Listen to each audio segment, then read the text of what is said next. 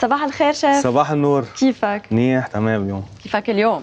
بما انه امبارح ثاني يوم. ثاني يوم 100%. خبرنا شيف شو محضر اليوم؟ اليوم رح نعمل تشيكن مع باتر ليمون صوص، مثل ما شايفين في الحامض اساسي والزبده اساسيه، وفي التشيكن البريست كمان حطيت لهم هيك شويه سبايسز انا، ورح نعمل حدهم بعجينه الميلفوي.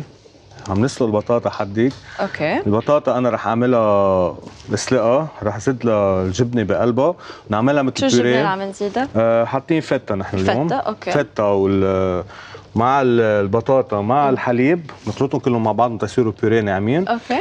وعجينه الملفاي رح اقصها بشكل ريكتانجل واخبزها ونرجع نحط بيوريه بقلبهم. اوكي. ونرجع كمان اكيد الاسبرج نسلقهم بنبردهم، نرجع رح استخدمهم الاسبرج مع البلا الاساسي مع التشيكن يعني؟ صح. اوكي. رح احط وكمان رح نعمل كينوا سلاد. كينوا مثل ما شايف حبوب الكينوا الاحمر والابيض. اوكي. كمان رح نسلقهم كمان مع الاسبرج، رح نحط الفريش اورنج، رح نحط طماط سيريز وخس الملون اكيد، ورح نعملهم هيك صوص مميزه كمان. اوكي. لكن شيف مثل العاده انا بهالوقت بتركك مع المشاهدين تبلشوا التحضير. قبل ما تفلي في معايده خاصه للوالده اليوم. اكيد نحن بنعيدها قالت لي اوعى ما كمان. تعيدني. اكيد بنعيدها عقبال المية ان شاء الله، والله يخلي لك اياها. خلي لك امك. شو اسمها بس؟ جليله. جليله عقبال المية. هيدي من عندي وانت عايدها على طريقتك هلا. يلا يعطيك العافيه شيف. صباح الخير.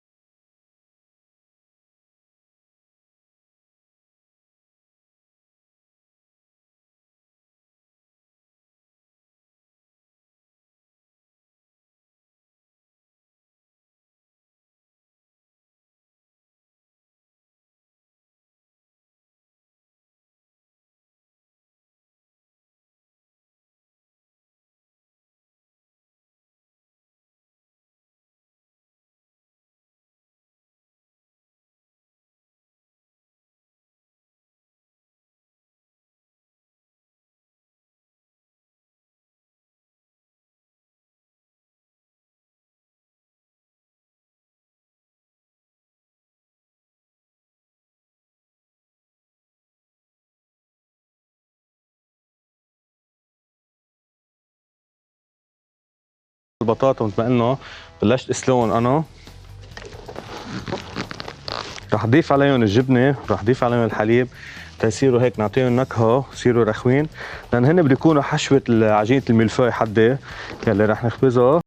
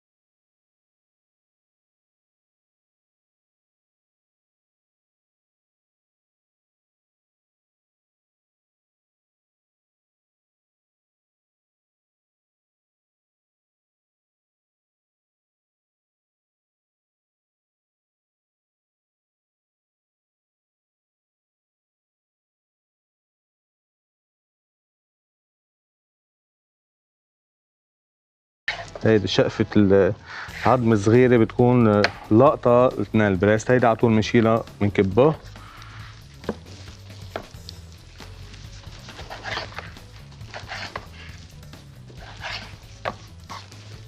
كمان هيك بيطلع لنا حبة نضيفة مثل ما شفتوا، ما فيها أي شي بقى. هلا برجع بزيد لهم ملح بهار أنا، بنرجع نشويهم فينا بالفرن.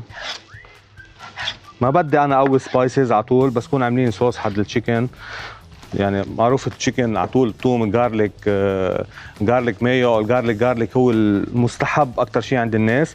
بس نحن بس كنا عاملين صوص غير، طلعنا عن الرولز تبع التشيكن، يعني بعدنا عن الثوم، ساعتها ما بنقوي بهارات عليه، ملح، بهار اسود، بهار خشن، يعني ما نضيع طعمه التشيكن وطعمه الصوص اللي عم نعملها الاساسيه اكيد.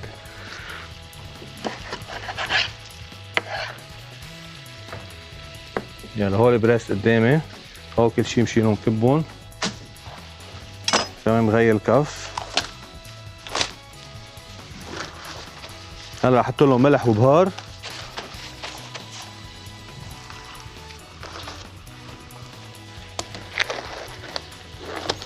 شايفين الحامض كيف عم اعمل ريدكشن هون قدامي؟ بلش يغلي، اول ما يعمل هيك البابلز بنبلش نحط الزبده. مثل ما شايفين اذا مبين عليكم بلشت تغلي، يعني تعمل بابلز، يعني بلشت تغلي. رح اجيب انا على الوقت الزبده وبلش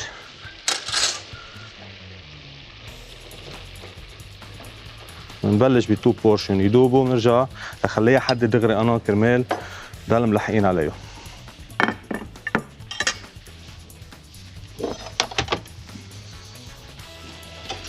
اكيد بشريط الخفق بدنا نضل نحرك تتماسك وتعقد.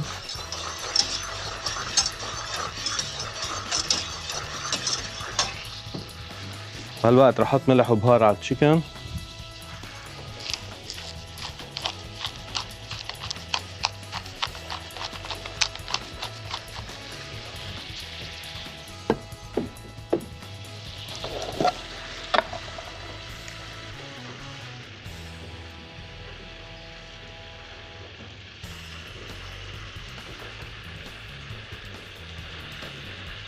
يا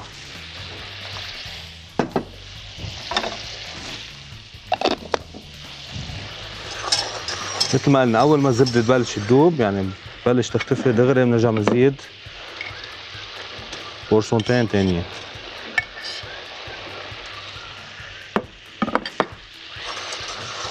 ضل نحرك بهالطريقه مثل ما شايفين، ببلش تعقد، ببلش تتماسك هالصوص.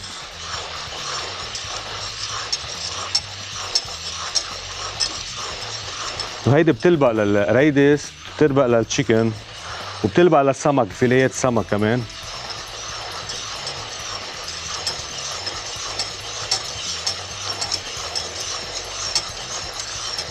يعني مثل ما شايفين بس تذوب الزبده دغري بنبلش نحط بورسونتين باقيين بالطريقه. وهيدي الثالثه مثل ما شايفين قدامنا. الزبده اللي بلشت الصوص اكيد بتعقد، يعني الزبده يعني الباز من الزبده ممتازه. بنضل نحرك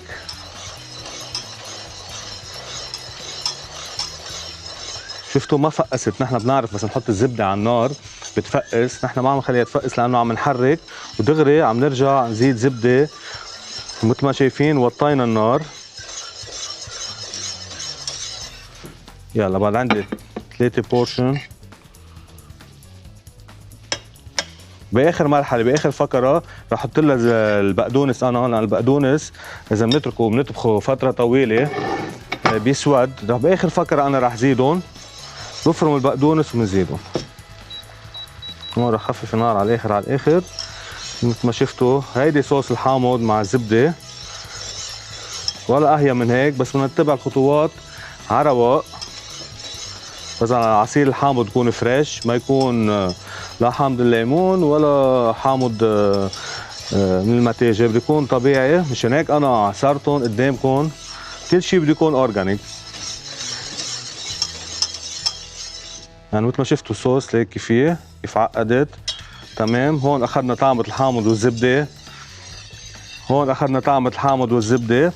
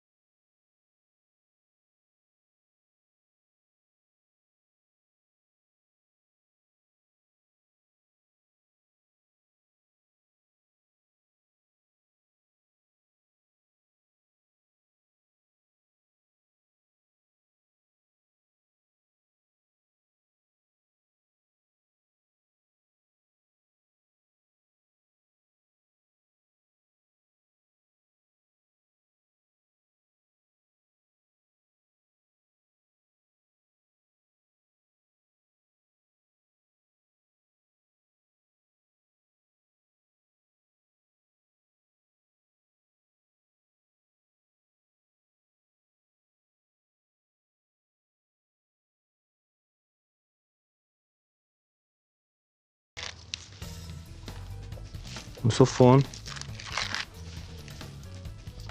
على بعض. هلا فينا ندهن بالبيض او بالزبده. انا نونيد لانه انا بدي استعمل، ما بدي استعمل كفر من فوق، رح احط لانه هيدي العجينه من تحت رح احشيها بقلبها وعلى وجهها رح زينها، يعني ما بدي احط لها كفر مثل ما نعمل دسير نشتري الميلفوي بكون بقلبها كريم باتيسير وفي عليها غطا من فوق، لا انا بدي استعمل سوبور بس من تحت. هلا رح اخذهم على الفرن، انا بلش اشويهم وحده ورا الثانيه وبنرجع بالفقره الثانيه بنشوفكم وبنكفي اكله التشيكن ليمون باتر. خلينا نروح على الفرن.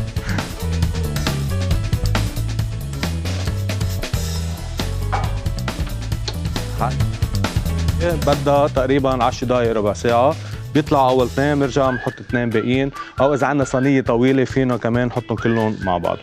يلا هلا رح نروح بريك ونرجع بالفقرة الثانية بنشوفكم ونكفي أكلتنا نحن فيكم.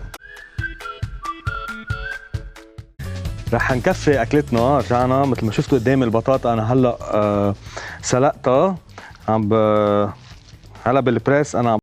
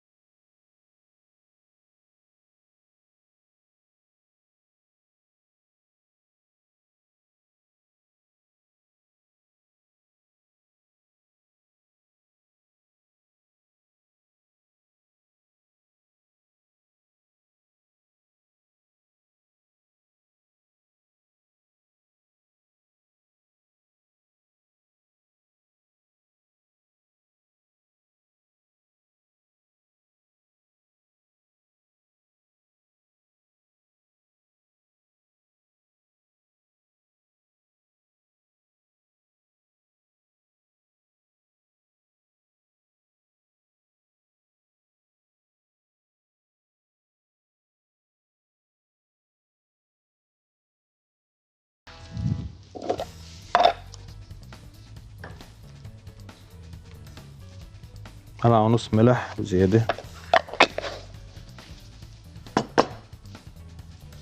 هون بهالوقت خليني احط شوية زيت. بلش شوي بالتشيكن لأنه هي أساس الأكلة.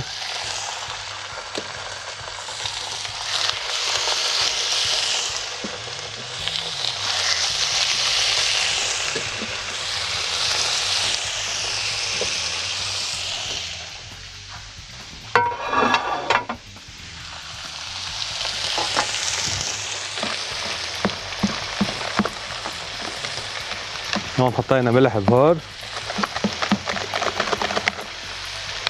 خفي خفق قد ما نخفق قد ما ناخد نعومة أكتر.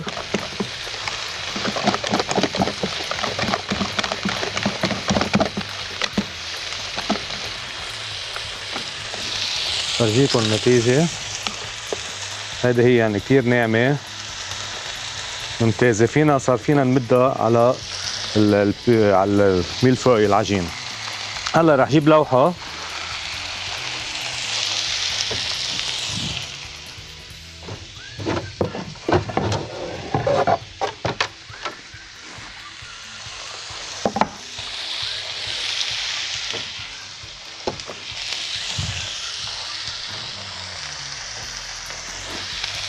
هذا بهالميلفوي اللي عندي.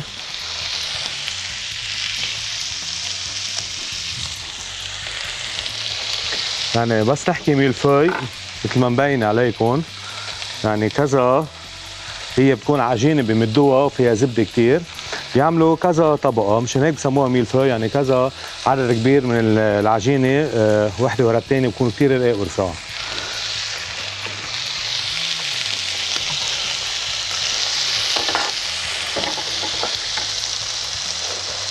رح اقصها اثنين انا.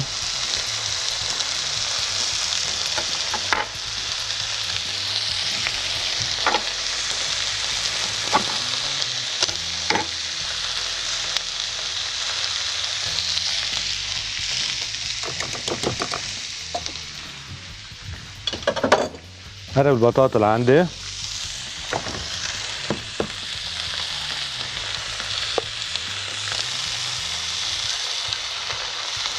نرجع نقول هيدي بطاطا مع فتة، حطينا الحليب تصير طرية، منا كريم باتيسير لما نضيع.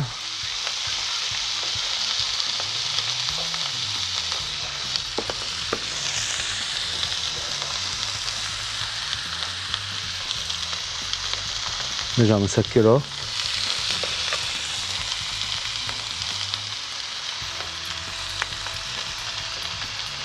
هيدي رح نقدمها حد التشيكن بريست مع الصوص اللي عملناه.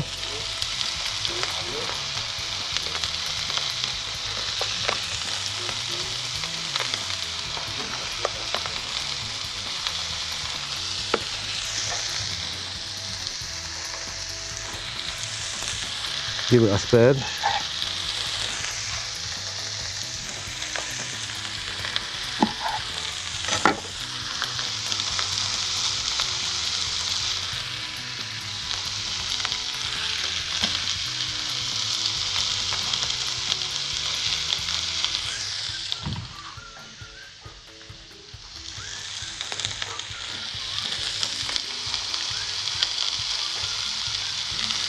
هاي الطريقة رح تكون حد الصحن.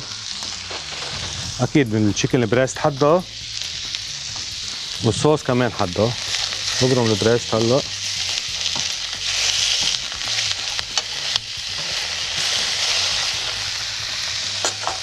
هون بالطنجرة صغيرة حدة. في عندي الكينوا كمان بدنا نجهزهم كرمال نسلقهم نعمل في عنا سلاد بعد بآخر فقرة.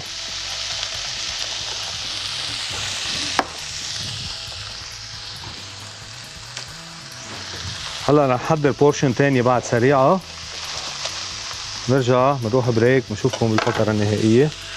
رجع البطاطا عم نقسم مع عجينة الملفوي اثنين نحن. نحط بطاطا بقلبها، نرجع نسكرها بهالطريقة.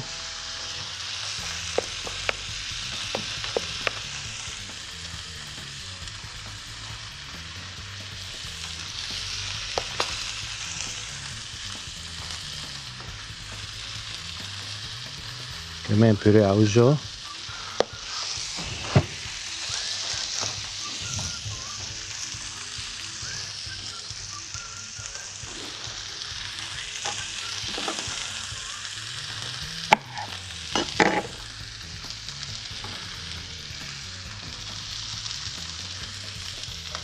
وزع الاسبرج.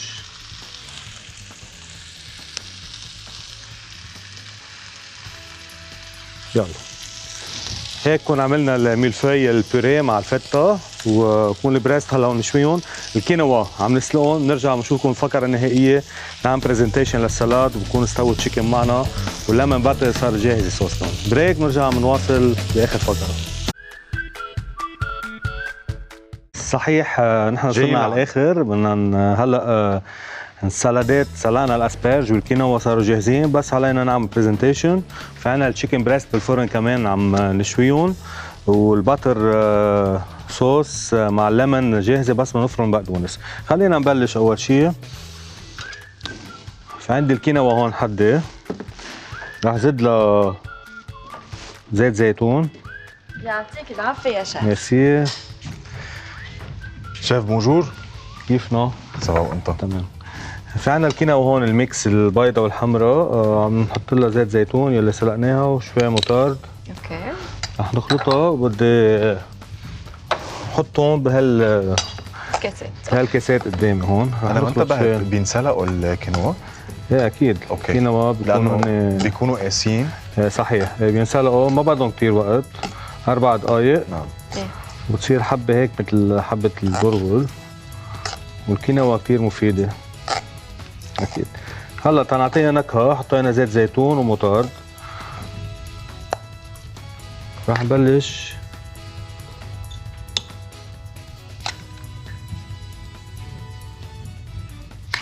نحط الكينوا اول شيء من تحت.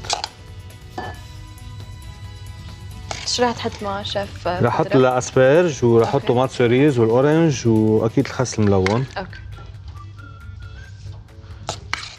هيدي بقدونس صح؟ قدام او البقدونس مزبوط، بدي افرمهم. فعملنا هون باول فقره للتشيكن. اوكي. ليمون باتر، حطينا عملنا ريدكشن للحامض، رجعنا صرنا نزيد الباتر شوي شوي كرمال تتماسك وما تفرط. اكيد على نار هاديه. كل ما تذوب شقفه زبده بنحط الثانيه، ويصير ورا بعضهم نضل نحرك. اوكي. هلا عندنا البندوره الكرزيه. فعندنا تشيكن بالفرن كمان. بدي اقول لك في شيء بالفرن. تشيكن بريست طبعا الاساسي.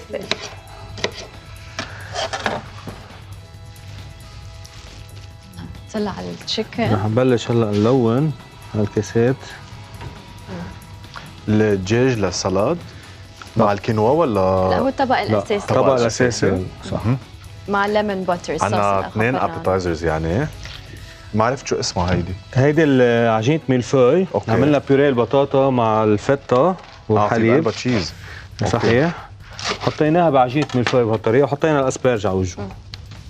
هي التشيكن جاهزه شيف ولا؟ تشيكن شويتها انا، وعم كفي لها شويه بالفرن هلا تنأكد عليها انه استوت على الاخر. يا هذا خس الملون.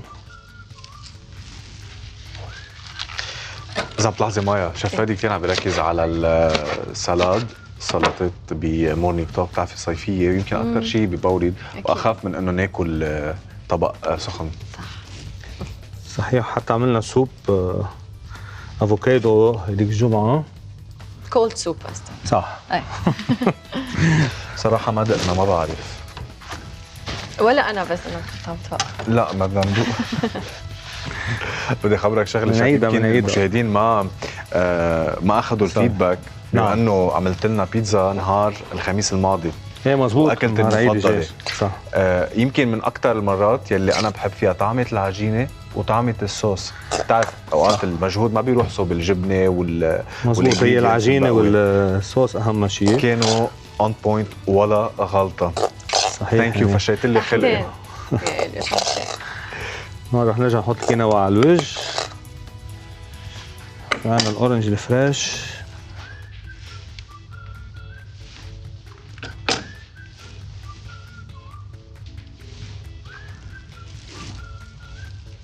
شيف بس ماسترد حطيت لها للكنوة ولا زيت؟ ماسترد وزيت زيتون. اوكي رح نعوز بعد لشيء للصوص؟ لا خلص هلا هي يعني العصير هلا الاورنج منا يعني بطلت ناشفه مع زيت زيتون، فعنا الخس منه ناشف يعني. هلا اذا حدا بحب يزيد صوص فيه. هيدي دون؟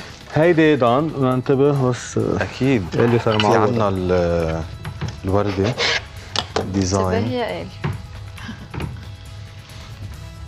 يلا هو الاسبرج على الوجه.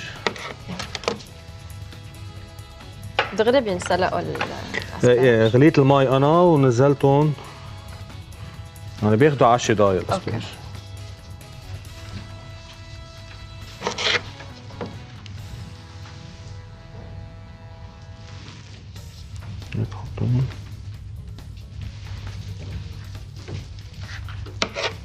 شايف شو حاطط للدجاج صوص؟ في ريحة كتير غريبة وحلوة. التشيكن حطيتهم ملح شيف ملح بار اسود بس بعد طوماط سيريز هيك كم حبيت اللون. لو ضل عندنا تشيكن سكيبون خلصنا. يعطيك العافية. ثانك يو.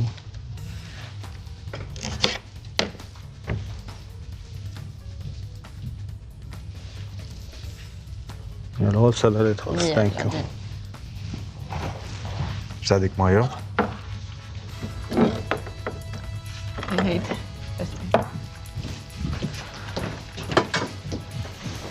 اعطيني إلي. ثانك يو. هلا بنسحب التشيكن من الفرن. اوكي. هي صوص الدجاج صح؟ هيدي هي. بدك صحن معين؟ يلا في هول صحون انا حدي. اوكي. بدنا نفرم بقدونس، نرجع نجيب التشيكن نقطعهم على السريع. اوكي. بدي منك ميه بس بدنا نحرك هون شوي يلا تبلش انا أكيد. احط البقدونس هيك تمام بدي اسخنه. حتحط البقدونس معهم؟ صح.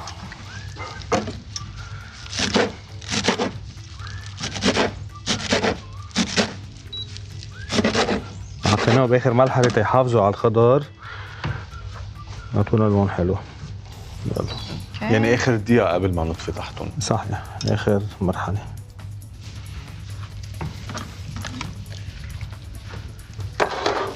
يلا بضل عندنا تشيكن اخر شيء اوكي. نقطعهم نحطهم بالصحن.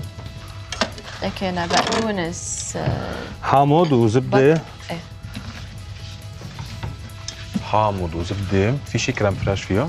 لا ابدا بس حامض وزبدة هون؟ حامض وزبده ايه بس طريقه الزبده حطيناها قديش قالي قديش كمية الزبدة؟ لا في كمية كبيرة أنا شفتها أول ما بلشنا.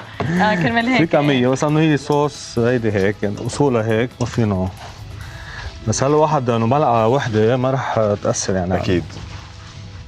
هلا رح شيل التشيكن.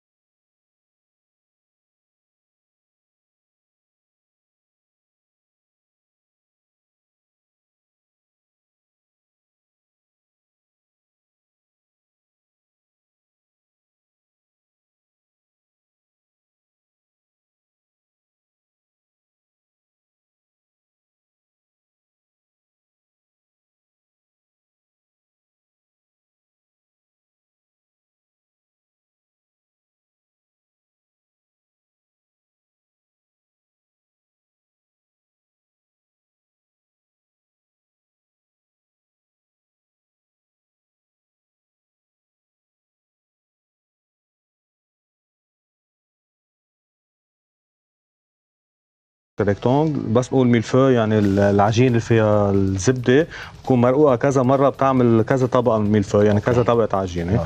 رجعنا عملنا البطاطا اللي سلقناها سلق، زدت لها انا الفته والحليب والبهار اسود، خفقتهم مع بعضهم، حشيتها بقلبها، رجعنا حطينا الاسبرج على وجهها وحطينا كمان بطاطا تحته.